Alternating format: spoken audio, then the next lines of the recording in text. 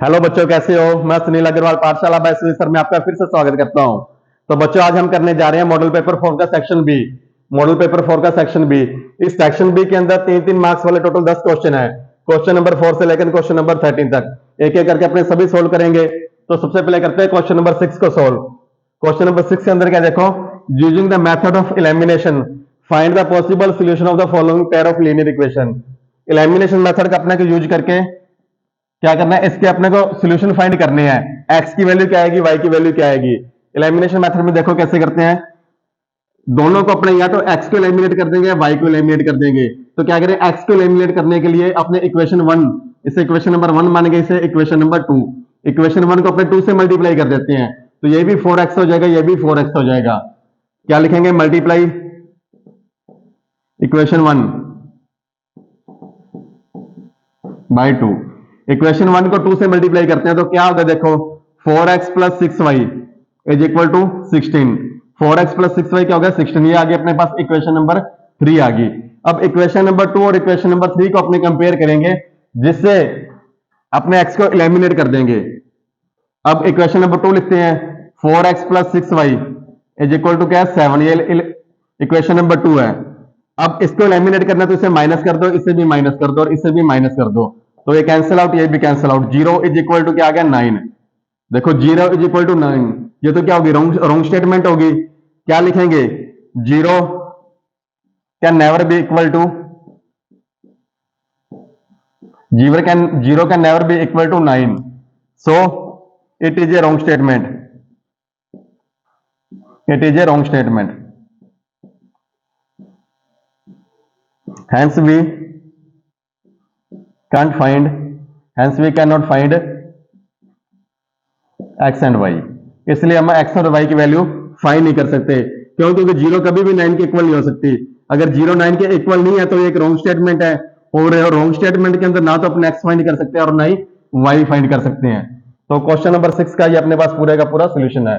आगे देखो, find the condition that the zeros of the polynomial px is equal to ax square plus bx की are inverse of each other. क्या बोला गया भी, अपने को एक क्या दी गया, इक्वेशन दी हुई है, इसकी जीरो जो है जो अपने पास मींस इसके जो रूट्स होंगे वो आपस में इनवर्सली प्रोपोर्शनल होंगे। क्या लिखेंगे, let the roots of polynomial. क्या मानेंगे, अपने रूट्स ऑफ पॉलिनोमियल को एक को अपने अल्फा मान लेते हैं और एक को बीटा मान लेते हैं। एक को मैंने अल्फा मान लिया और एक को मैंने क्या मान लिया, बीटा मान लिया। अब क्वेश्चन क्या कह रहा है, according to question B alpha is equal to क्या है, 1 अपॉन बीटा है।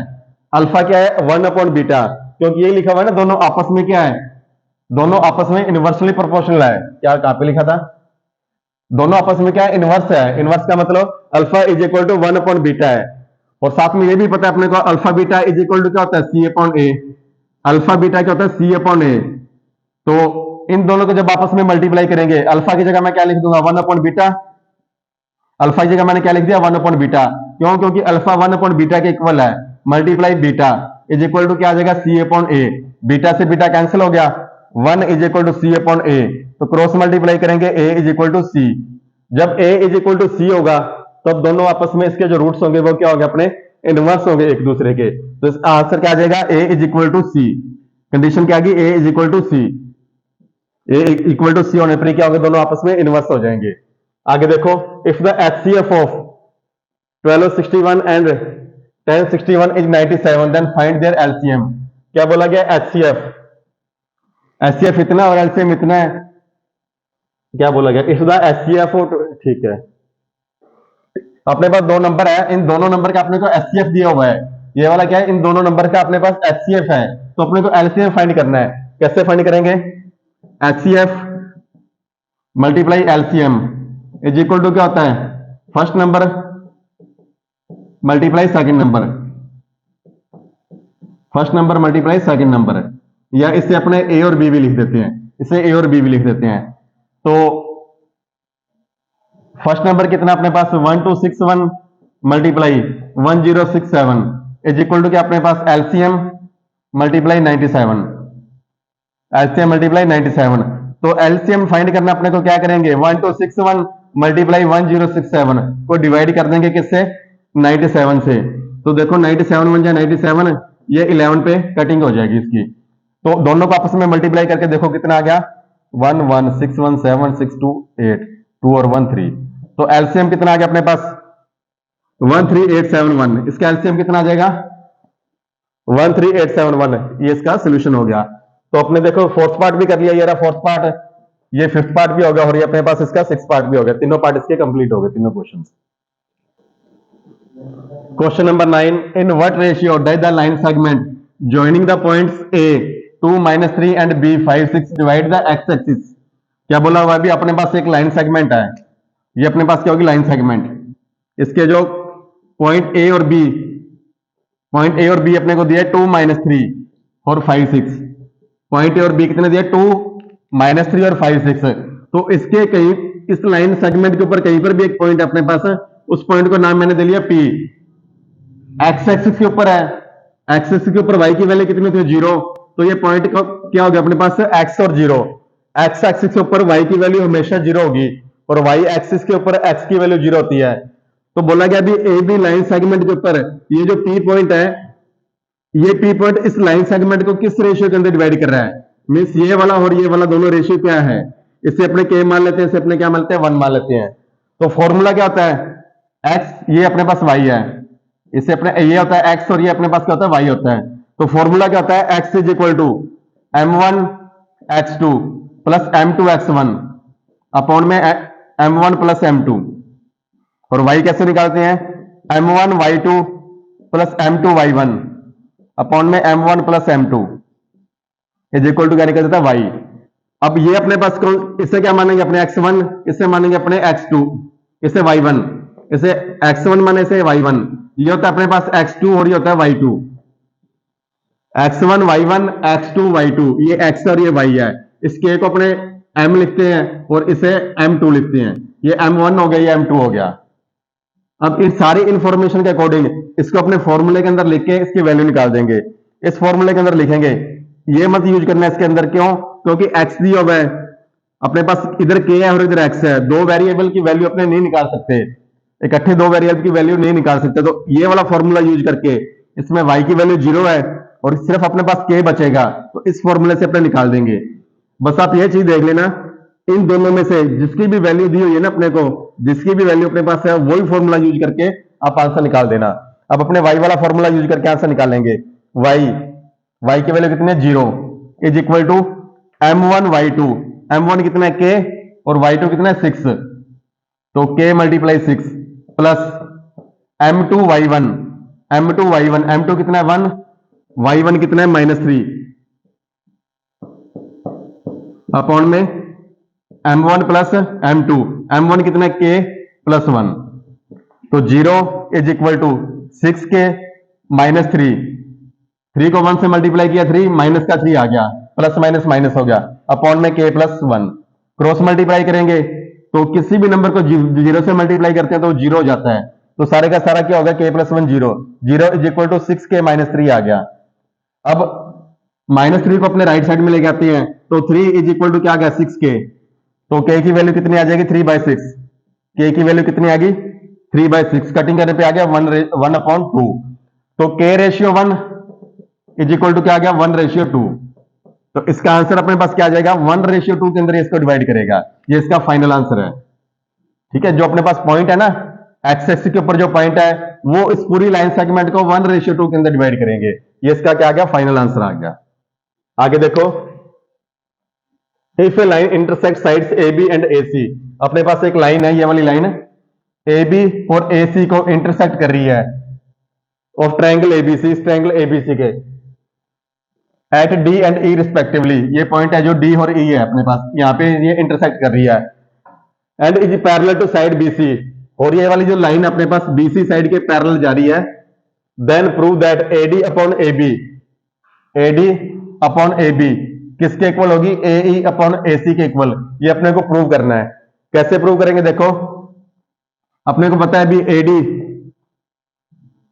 अपने को ये पता है भी AD upon DB, AD upon dB,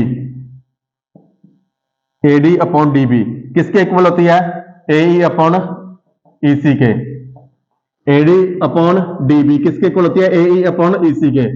कैसे पता अपने को, बाय बीपीटी थ्योरम। क्या है बीपीटी थ्योरम से अपने को पता ही है। बीपीटी थ्योरम क्या कहती है भी, अगर कोई लाइन सेगमेंट, कोई लाइन बेस के इक्वल जा रही है, किसी भी लाइन के पैरेलल जा रही है, तो वो इन दोनों के क्या है, इक्वल रेशियो के अंदर डिवाइड करती है। मींस एडी अपॉन डीबी किसके इक्वल हो जाएगा, एई अपॉन ईसी के इक्वल हो जाएगा। अब अपने ये भी लिख सकते हैं इसको, DB upon AD is equal to EC upon AE भी लिख सकते हैं। यानी कि इनको दोनों को मैंने रेसिप्रोकल कर दिया, इस प्रकार भी अपने लिख सकते हैं। यानी कि इसके नीचे अगर ये रख देंगे तो इसके नीचे ये रख देंगे तो भी रेशियो क्या आएगा अपने पास, इक्वल आएगा। अब इसके अंदर अपने क्या करेंगे, वन वन दोनों के अंदर ऐड कर देंगे। क्या करेंगे, DB upon AD plus one is equal to EC upon AE. इसके अंदर भी मैंने क्या कर दिया, प्लस वन। दोनों साइड मैंने प्लस वन किया तो कोई डिफरेंस नहीं आएगा, दोनों सेम रहेंगे। ये मैंने किस लिए किया है, क्योंकि अपने पास क्या होगा भी, ये वाली पूरी लाइन बनानी है। अब मैं वन करूंगा, जब इसका एलसीएम लूंगा मैं इसका, देखो एलसीएम कितना आ जाएगा, एडी। जब मैंने एलसीएम लिया तो यहां पे क्या बचा अपने पास, डीबी प्लस एडी। ये क्या बन गया, डीबी प्लस यहां पे क्या आ गया, एडी आ गया, इज इक्वल टू इसका भी मैंने जब एलसीएम लिया एई, तो यहां पे क्या बन गया, ईसी प्लस एई। यहां पे क्या बन गया, ईसी प्लस एई। अब देखो इन दोनों को मिलाने पर ये पूरी लाइन बन रही है, और इन दोनों को मिलाने पर ये पूरी लाइन बन रही है। ये पूरी लाइन बनाने के लिए मैंने पहले क्या किया, इसको रेसिप्रोकल कर दिया, और बाद में इसके अंदर मैंने वन वन ऐड कर दिया। ऐड करने के बाद मैंने एलसीएम ले लिया। अब इन सभी को सोल्व करने के बाद मेरे पास देखो DB plus AD, DB plus AD, अगर इन दोनों को अपने जोड़ देंगे तो क्या बन जाएगा, ए बी बन जाएगी। क्या बन जाएगी, ए बी पूरी लाइन बन जाएगी, अपॉन में एडी किसके इक्वल होगी, ईसी प्लस एई, ईसी प्लस एई। अगर इन दोनों को भी मैं ऐड कर दूंगा, इसको और इसको, तो मेरे पास क्या बन जाएगा, एसी अपॉन में एई। क्या बन गया, एसी अपॉन में एई। अब बोला क्या गया अपने को, एडी अपॉन ए बी। इसको रेसिप्रोकल कर दो दोबारा से, भी पहले अपने रेसिप्रोकल किया था, इनको उल्टा किया था, फिर उल्टा कर दो इनको। तो एडी अपॉन ए बी किसके इक्वल आ गई, एई अपॉन एसी के इक्वल आ गई। देखो AD upon A B is equal to AE upon AC. यही अपने को प्रूव करना था, अपने क्या लिख देंगे, हैंस प्रूव्ड। ये क्या अपना फाइनल आंसर आ गया। अब अगला क्वेश्चन देखो, how many 3 digit numbers are divisible by 7। ऐसे कितने 3 डिजिट नंबर है जो 7 से डिवाइड हो जाएंगे। तो लिस्ट 3, तो क्या करेंगे अपने, लोएस्ट 3 डिजिट नंबर, इसे साफ कर लेते हैं पहले।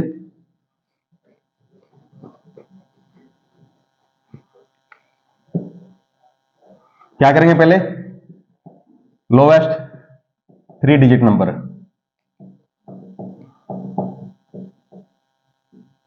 विच is divisible by 3, 7 is equal to, और उसके बाद क्या करेंगे, highest 3 digit number which is divisible by 7 is equal to. तो सबसे पहले क्या करेंगे, भी सबसे छोटा 3 डिजिट नंबर जो 7 से डिवाइड होगा उसे फाइंड करेंगे, फिर सबसे बड़ा नंबर जो 7 से डिवाइड होगा उसे अपने फाइंड करते हैं। कैसे करेंगे, देखो आप क्या करोगे, 100 को 7 से डिवाइड करके देखो, 7 1 जा 7, क्या बचा 3 0, 7 4 जा 28, कितना रिमाइंडर बचा 2। 2 के अंदर अपने क्या ऐड करें ताकि 7 पूरा बन जाए, तो क्या ऐड करेंगे 5। 2 के अंदर क्या ऐड करना पड़ेगा 5, तो 100 के अंदर भी 5 ऐड कर दो, तो अपने पास क्या आ जाएगा, लोएस्ट नंबर आ जाएगा। क्या आ जाएगा, लोएस्ट नंबर जो 7 से डिवाइड होगा वो कितना आ गया, 105। अब इसी प्रकार हाईएस्ट नंबर कैसे फाइंड करेंगे, 1000। 1000 को 7 से डिवाइड करो, 7 1 जा 7, 3 0, 7 4 जा 28, 2 0, ये है ना, कितना आ गया 2 0, हाँ 7 2 जा 14, कितना बचा 6। अब ये 6 बच गया, अब क्या करेंगे, 1000 में से 6 माइनस कर दो। इधर अपने क्या किया था, 2 के अंदर 5 ऐड किया था, इसको 7 बनाया था, और इसमें क्या करेंगे, जितना भी अपने पास रिमाइंडर बचा ना वो 1000 में से माइनस कर देंगे। तो 1000 में से 6 माइनस करने पे क्या है अपने पास, इज इक्वल टू 994। तो हाईएस्ट नंबर अपने पास क्या आ जाएगा, 994 आ जाएगा, जो 7 से डिवाइड होगा। और ये सारा वर्क आपको रफ में करके दिखाना है, फेयर के अंदर नहीं करके दिखाना, ये रफ में करना है आपने, ठीक है। आपने डायरेक्ट वहां पे ये लिखना है भी लिस्ट नंबर ये रहा, हाईएस्ट नंबर ये रहा जो 7 से डिवाइड हो रहा है। अब पूछा गया अभी कितने नंबर है, तो देख लो अपने पास एपी क्या बन जाएगी, 105 ठीक है, 105, उसके बाद 7 ऐड करेंगे 112, 119, लास्ट में क्या आ जाएगा 994। इसके अंदर देखो ए कितना है, ए इज इक्वल टू 105। ठीक है, ए एन कितना, लास्ट नंबर कितना अपने पास 994, लास्ट नंबर कितना है 994। और डी कितना है, डी 7, 7 से डिविजिबल होना चाहिए, तो डी कितना अपने पास 7। फाइंड क्या करना है, ए एन, एन फाइंड करना है अपने को। एन कैसे फाइंड करेंगे, फॉर्मूले से, A N is equal to A plus N minus 1 D. A N का फॉर्मूला कहता है A plus N minus 1 D. A N कितना है 994 is equal to 105 plus N minus 1, D कितना है 7। तो इसमें से इधर ये माइनस कर दो, is equal to 7 N minus 7। इसमें से मैंने माइनस किया, कितना आ गया 889 is equal to 7 N minus 7। 7 इधर आके ऐड हो जाएगा, 889 के अंदर 7 ऐड किया, कितना आ गया 896 is equal to 7 N. N की वैल्यू क्या आ जाएगी, 896 को 7 से डिवाइड करो, 7 1 जा 7, 2 50। एन की वैल्यू कितनी आ गई 128। तो ऐसे 128 नंबर होंगे जो 7 से डिवाइड हो जाएंगे। 3 डिजिट के 128 नंबर ऐसे होंगे जो 7 से अपने डिवाइड हो सकते हैं। तो 7th क्वेश्चन का आंसर अपने पास क्या आ गया 128। 8th क्वेश्चन का आंसर क्या था अपने पास, ये अपने प्रूव कर दिया था। और 9th क्वेश्चन का आंसर अपने पास ये रहा, 1:2 के अंदर इसे अपने डिवाइड कर दिया। तो 7th भी कंप्लीट, 8th भी कंप्लीट और 9th भी कंप्लीट। 13th क्वेश्चन देखो क्या है, an arc of a circle subtends an angle of 45 degree at the centre, find the area of its minor sector if the area of its minor sector is 77 centimetre square, find the radius of the circle. क्या बोला गया, अभी अपने पास एक circle है, ये वाला सर्कल है, ठीक है। इसकी जो माइनर आर्क है, मैंने ये वाली माइनर आर्क मान ली, ये सेंटर पे जो एंगल बना रही है वो 45 डिग्री का बना रही है। सेंटर पे जो एंगल बना रही है 45 डिग्री का बना रही है। और इसका इस माइनर आर्क से जो एरिया निकल रहा है अपने पास, ये जो एरिया निकल रहा है ये कितना अपने पास 77 सेंटीमीटर स्क्वायर, 77 सेंटीमीटर स्क्वायर। तो अपने को फाइंड करना है भी, ये रेडियस है, रेडियस कितनी है अपने, ये फाइंड करना है। तो कैसे फाइंड करते हैं देख लो, area of minor sector, area of minor sector, area of sector होता है, फॉर्मूला कहता है area of sector is equal to pi R square multiply theta upon 360 degree. क्या होता है, pi R square multiply theta upon 360 degree. Area of sector कितना दिया 77 is equal to 22 by 7 multiply R square multiply 45 upon 360 degree. Theta कितना अपने पास 45 degree है, theta कितना 45 degree upon में 360 डिग्री, ये कटिंग किया आ गया 8। तो अब क्या करेंगे, R square is equal to 77, इन सभी वैल्यू को जब आपने इधर लेके आएंगे तो ये रेसिप्रोकल हो जाएगी। तो 22/7 को अपने लिख देंगे 7/22 मल्टीप्लाई, ये 1/8 है, 1/8 को लिखेंगे अपने 8/1, 1/8 को क्या लिखेंगे 8/1। तो आर स्क्वायर के इक्वल हो जाएगी, सारी वैल्यू किसके इक्वल हो जाएगी आर स्क्वायर की। तो इस 11 के टेबल पे काट दें, 11 2 जा 22, ये आ गया अपने पास 7, 2 1 जा 2, 2 4 जा 8। तो आर स्क्वायर की वैल्यू क्या आ गई अपने पास 7 मल्टीप्लाई 7 मल्टीप्लाई, इसको 2 मल्टीप्लाई 2 लिख दो। तो आर की वैल्यू क्या आ जाएगी, इसको अपने रूट के अंदर बंद कर देंगे, सभी को, इन सभी को रूट के अंदर बंद कर दिया। तो R is equal to 7 multiply 2 is equal to 14 centimetre. तो इसकी जो रेडियस कितनी आ गई अपने पास 14 सेंटीमीटर आ गई। तो 13 क्वेश्चन का आंसर क्या है 14 सेंटीमीटर। आगे देखो, if from a point A two tangents A B and A C to a circle with centre O. क्या बोला गया, अभी अपने पास एक सर्कल है जिसका सेंटर ओ है, एक सर्कल जिसका सेंटर ओ है। पॉइंट ए से मैंने इसके ऊपर 2 टेंजेंट खींच दी, ये पॉइंट ए था, इससे मैंने 2 टेंजेंट खींच दी, ये होगी टेंजेंट ए बी और ये वाली टेंजेंट होगी अपने पास A C. Such that angle BOC is equal to 140 degree. Angle BOC ये कितना बन रहा है अपने पास 140 डिग्री बन रहा है। Then write the value of angle BAC. BAC अपने को इस एंगल की वैल्यू फाइंड करनी है। क्या होता है अपने पास एंगल, चारों एंगल का सम कितना होता है अपने पास 360 डिग्री। तो क्या लिखेंगे, angle A plus angle B plus angle O plus angle C is equal to क्या होता है अपने पास 360 डिग्री होता है। चारों का सम कितना होता है 360 डिग्री, ठीक है। और ये पता है अपने को ये कितना होता है 90 डिग्री के होते हैं। तो क्या लिखेंगे, angle A plus angle B की जगह 90 डिग्री प्लस एंगल ओ की जगह 140 डिग्री प्लस एंगल सी की जगह 90 degree is equal to 360 degree. तो एंगल ए की वैल्यू क्या आ जाएगी अपने पास, इन तीनों का सम करो कितना आ गया देखो 143.20 इज इक्वल टू 360 डिग्री। तो angle A is equal to 360 degree minus 320 degree. Angle A की वैल्यू क्या आ गई अपने पास 40 डिग्री। एंगल ए लिख लो या फिर अपने इन्होंने जो बोला अपने एंगल बी ए सी लिख लो, यानी कि angle B A C is equal to क्या आ गया अपने पास 40 डिग्री। ये इसका क्या आ गया final answer. Angle B A सी पूछा था, एंगल बी ए सी कितना 40 डिग्री। आगे देखो, the ratio of vertical road and length of it shadow is 1/1/√3। क्या बोला, एक वर्टिकल रोड है और इसकी जो शैडो बन रही है ये वाली, इनका जो रेशियो है 1/√3 है।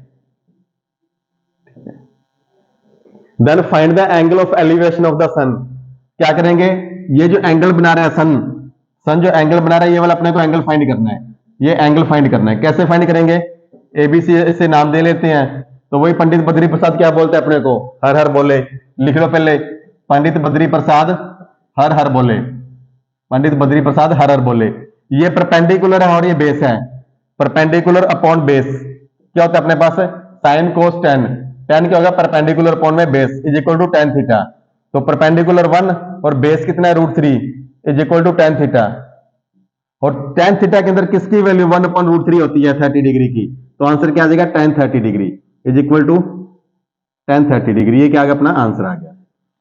तो इसका आंसर क्या आ गया, टेन 30 डिग्री आ गया। अब लास्ट देखो, if sine A is equal to 3/5 then find the value of tan a plus cos a। इसमें भी अपने वही पंडित बद्री प्रसाद काम आ जाएगा। क्या बोला, sine A is equal to 3/5। पहले तो एक राइट एंगल ट्रायंगल बना लेते हैं अपने यहाँ पे। एक मैंने राइट एंगल ट्रायंगल बना लिया, इसमें बोला साइन ए, इस एंगल को मैंने ए मान लिया, ए बी और सी। साइन ए किसकी वैल्यू होती है अपने पास, perpendicular upon hypotenuse. Perpendicular upon hypotenuse कितना दिया 3/5, मींस परपेंडिकुलर कितना है 3 और हाइपोटेनिस कितना है 5। तो सबसे पहले अपने क्या करेंगे, बेस फाइंड कर लेंगे पाइथागोरस फॉर्मूले से। पाइथागोरस फॉर्मूला क्या होता है, hypotenuse square is equal to perpendicular square plus base square. Hypotenuse कितना है 5 square is equal to 3 square plus B square. तो 25, इसको लेफ्ट में लेके आएंगे 3 की square 9 minus 9 is equal to क्या गया बी स्क्वायर। तो 16 is equal to B square और बी की वैल्यू क्या आ जाएगी 4। तो बेस कितना आ गया अपने पास 4 सेंटीमीटर। बेस कितना आ गया 4 सेंटीमीटर आ गया। अब फाइंड क्या करना है अपने को, tan a plus cos a। क्या फाइंड करना है, tan a plus cos a। tan a क्या होता है देखो अपने को, sign cos ten perpendicular upon base plus cos a। cos a क्या होता है, बेस अपॉन हाइपोटेनिस। ये चीज ध्यान रखना, एंगल सेम होना चाहिए अपने पास। यहां पे भी एंगल है, यहां पे भी एंगल है और यहां पे भी क्या था एंगल है। एंगल का ध्यान रखना जरूरी इसमें। तो परपेंडिकुलर अपॉन बेस, परपेंडिकुलर कितना 3/4 प्लस बेस अपॉन हाइपोटेनिस 4/5। इनका एलसीएम लो, एलसीएम कितना आ जाएगा 20 एलसीएम आ गया। तो 20 को 4 से डिवाइड किया 5, 5 3 जा 15 प्लस 20 को 5 से डिवाइड किया 4, 4 4 जा 16। तो आंसर क्या आ गया 31/20। तो क्या पूछा गया था अपने पास, tan a plus cos a, tan a plus cos a की वैल्यू क्या आ जाएगी 31/20। तो अपने पास क्वेश्चन नंबर 10 भी कंप्लीट हो गया ये वाला, क्वेश्चन नंबर 11 भी कंप्लीट हो गया ये वाला, और क्वेश्चन नंबर 12 भी कंप्लीट है और क्वेश्चन नंबर 13 भी कंप्लीट है, और साथ के साथ अपना सेक्शन बी भी कंप्लीट हो गया। अगर फिर भी बच्चों आपको कोई डाउट है तो आप हमें कमेंट कर दीजिए, आपको उसका सोल्यूशन मिल जाएगा। अदरवाइज आप हमें सपोर्ट कीजिए, चैनल को शेयर करें, सब्सक्राइब करें और लाइक करें। थैंक यू बच्चों।